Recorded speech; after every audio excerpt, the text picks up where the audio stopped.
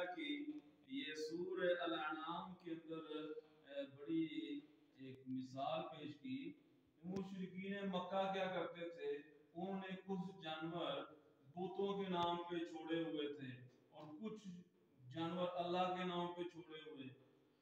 کوئی بتوں کے نام پہ چھوڑے ہوئے جانور اللہ کے جانوروں کے ساتھ مل جاتے تو وہ کہتے نا نا واپس کرو، بت ناراض ہو جائیں گے. اور اگر اللہ کے نام پہ جو چھوڑے ہوئے جانور ہیں ان میں سے بھاگ کے وہ بتوں کے جانوروں کی طرف چلے جاتے ہیں تو کہتے ہیں خیر ہے اللہ کو کون سی ضرورت ہے.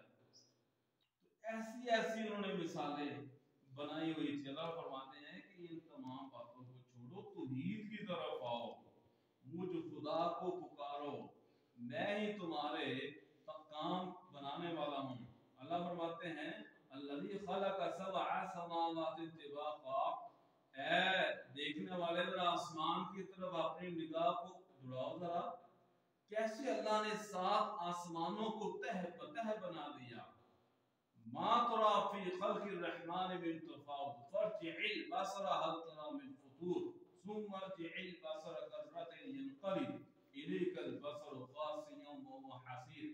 اللہ فرماتے ہیں تو بار بار دیکھ، کوئی سراغ اور شگاف تمہیں نظر آ رہا ہے؟ اگر سراغ اور شگاف نظر نہیں آ رہا تو مان لے کہ اس پوری کائنات کے نظام کو بنانے والا ایک اللہ ہے. تجلی تیری ذات کا سو بسو ہے، تجلی تیری ذات کا سو بسو ہے، جدھر دیکھتا ہوں تو ہی تو.